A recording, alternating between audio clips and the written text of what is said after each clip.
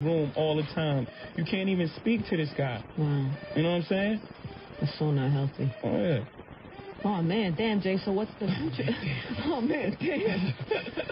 So what happens to, like, tomorrow's show and the show after that? I could put a show together, B. I could try my best. I could do it by myself. Like, I don't really need to do, like, you know, it's up to New York. It's up to the people that bought their tickets and people that, you know, really want to see them make that decision if they want me to do the show by myself or they want to just get refunds for their. Oh, they can get a refund. Yeah. Wow. So you're going to have to do the shows, because you got a show tomorrow night?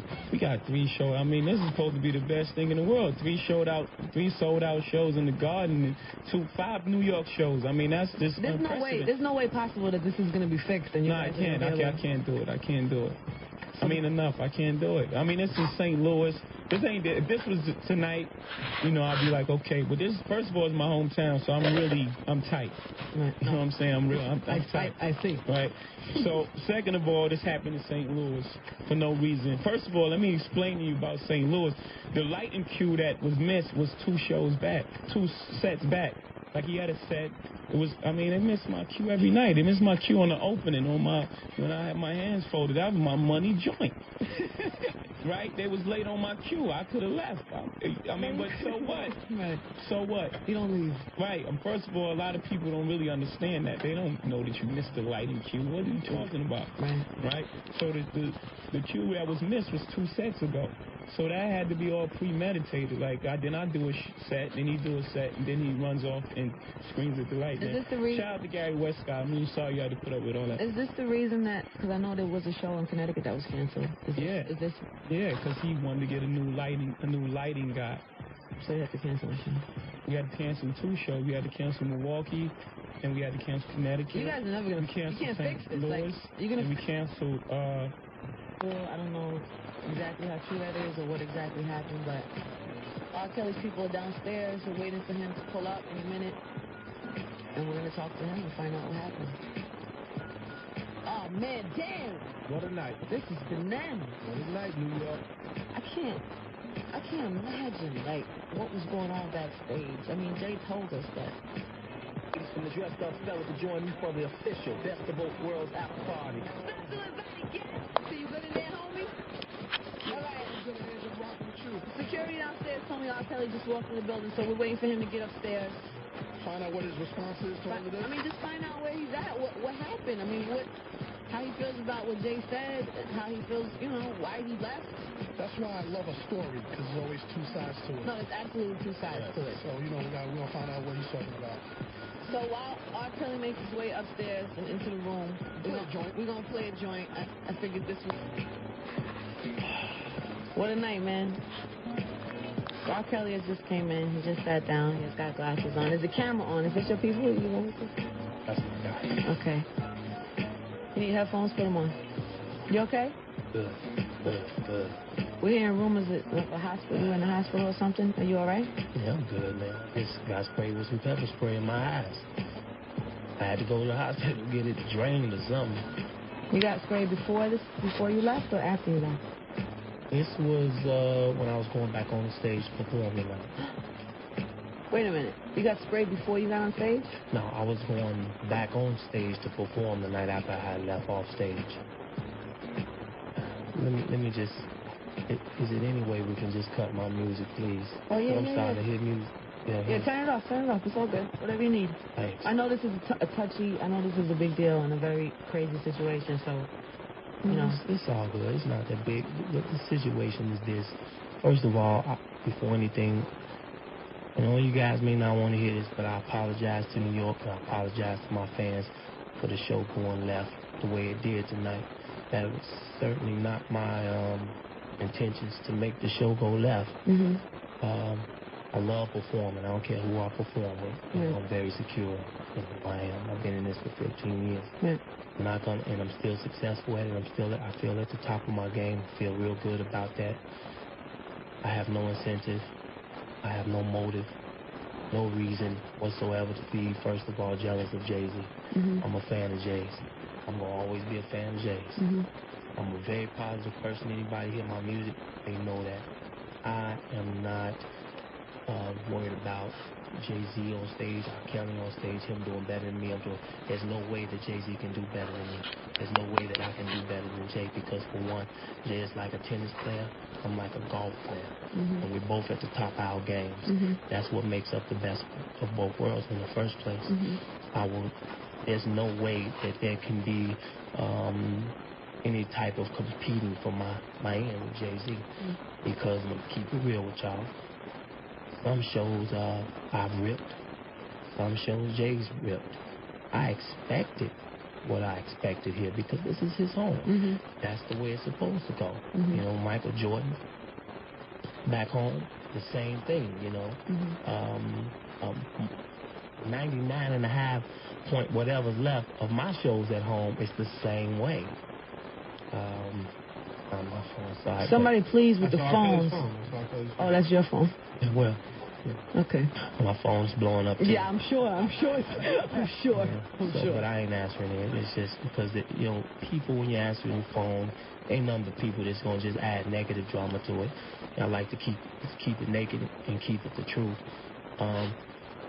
Doing this whole tour, Jay's been turning out a lot of shows, but I've been turning out a lot of shows.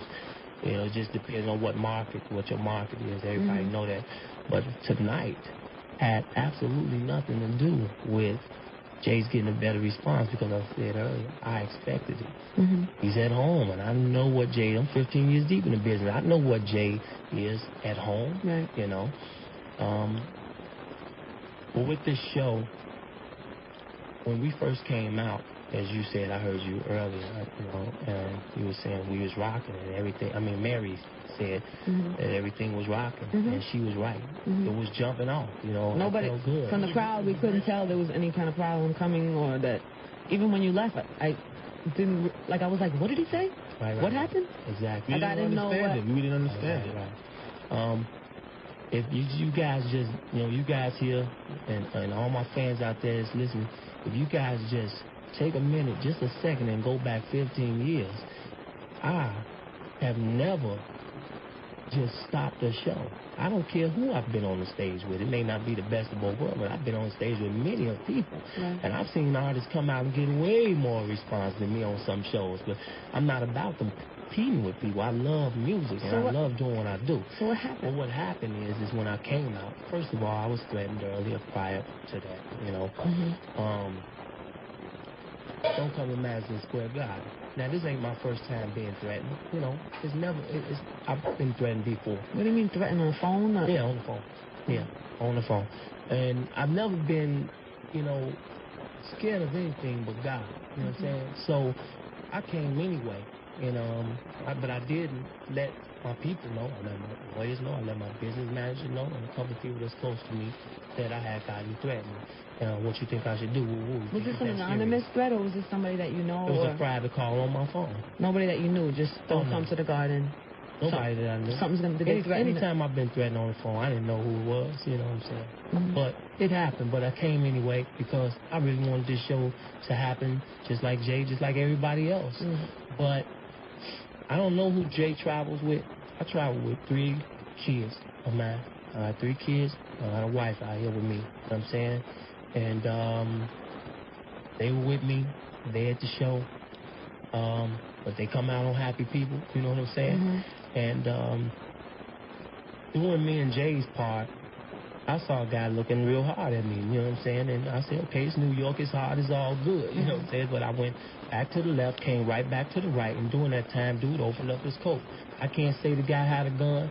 I'm not going to lie on anybody. I don't know if he had a gun, but when he made the movement to open up his coat, I saw something. I don't know what I saw. It's like 6 row, whatever. That's what happened. I bypassed it. I didn't worry about it. But when I went backstage, after Jay came out, I went back to change so I could come out for my segment. I asked my wardrobe. I told my wardrobe lady what had happened. And I asked her, what do you think I should do? You think I should, because I don't want nobody thinking that it's going to be some more drama, anything like that. But she told me I should just let security know or whatever. That time I was talking to her and changing. Between talking to her and changing, I got back out. It was my time to go back out for ignition. I came back out for ignition. The guy wasn't there. I had told my guy John to go around and see if he had saw the guy. John said he actually remember a guy sitting like maybe 5th or 6th row, so he ran out there, but he said the guy wasn't there. I came out and I didn't see the guy either. But as I'm performing now, I'm really into the crowd, like really looking in the crowd. I see another guy in the bleachers doing the same damn thing. You know what I'm saying? Excuse my French, but I saw another guy. You saw him from the bleachers? There was another guy in the bleachers to my right doing the same thing. Maybe 4 rows up, going up. You know the bleachers that go up. So saw another guy. Is that when you said, is that your girl, homie? Like right around that? No. This when I was like, around the time when I was singing, the first time was around the time when I was singing, what's the song, A Woman's Fed Up, when I said, calling Tyrone. Yeah, you know, I never do that. If anybody know my show, I usually let the audience sing it. And they'll usually say, calling Tyrone. But my fans know what I'm talking about. So, anyway, I sang that part tonight for the first time ever, because I know it's a part you let the crowd sing. But the reason I sang it because at that point I was nervous as hell. And I was, you know, struggling for my words. It got quiet a few times on my segment because things that I was supposed to say, I couldn't say because I'm now worried about my back, you know, right, or my front, you know what I'm saying? So at this point, the second time it happened, the segment was almost over.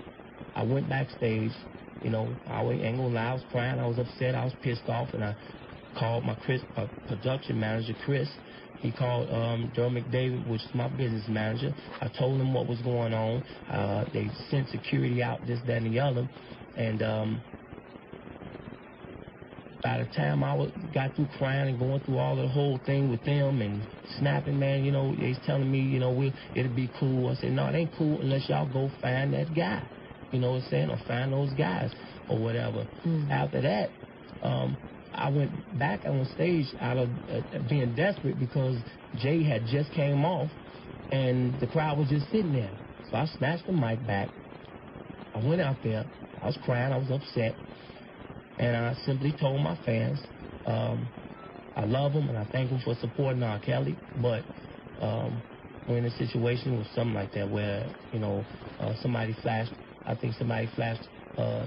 some guns at me. And at this point, I'm thinking. Did you say something? Was that the whole thing you said? Did you say something about, I think there's going to be a riot, or I think people are going to run up out of here or something like that? I ain't say nothing like that. No? Don't even make sense. Okay. I ain't say nothing like that. Something like people going to run out of here? I said I love my fans. I said I hope y'all are still my fans after I say what I got to say. I was trying to get security to come out here and say it, but, you know, I decided to do it myself because I wanted them to hear from the horse's mouth. This is what I saw. Now, this ain't the first time I've been in an audience when somebody made a messed up gesture at me or whatever. Back in the past, it's happened. You know, in my last show, sometime, depending on what city, whatever, it has happened. But it's just that I had got a call prior to that earlier today. And then for me to get here, and then this happened, then I became nervous as hell. At this point, I'm thinking about my safety. I'm thinking about my kids. I'm thinking about my wife. And I'm thinking about just, you know. What about, I'm sorry, I don't mean to interrupt you, I know. But I'm just curious, because I know there was other shows that Jay was saying when he was here, you heard it, that you left. There was like 4 or 5 shows that you left, and he felt, I guess, because it was for the same issues that he believed it was for this one. I mean, what was the case in the other shows? The other case in the other shows, it wasn't 4 or 5 shows. Let me just, I was just at the end of this. I'm sorry, go ahead, finish. I can be here till the morning answering these questions. But what happened at that point in time, I was concerned about my safety, and I was concerned about my kids and my wife, you know what I'm saying? So I went to the dressing room after I made that announcement and apologized to everybody, but let them know what was happening. Went to my dressing room, and then by that time, New York police came and they asked me what happened. I told them what had happened. So they locked my door, just told me, just hold on, just chill for a minute until we can, you know, sweep the place and we could see those guys. At that time, I asked them had they checked. All my people really was asking them had they checked the place, had they checked everybody. And they said they did. You know, they checked all the guys coming in and everything, but they didn't check all of the girls. They checked most of them. They didn't check all of them. you know.